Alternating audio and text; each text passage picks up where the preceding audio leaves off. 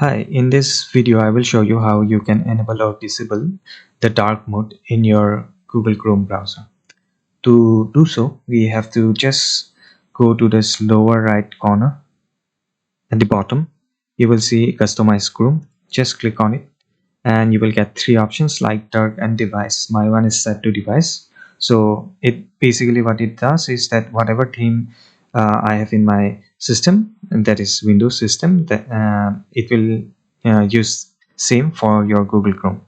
My one is dark theme, so it is dark. And now if I want to change it to lighter mode, then I will just click on the light and it will change my theme, or you can say the mode, to light. And if you want to use some other theme, then you can just click on the pre-config themes that the Google Chrome browser provides.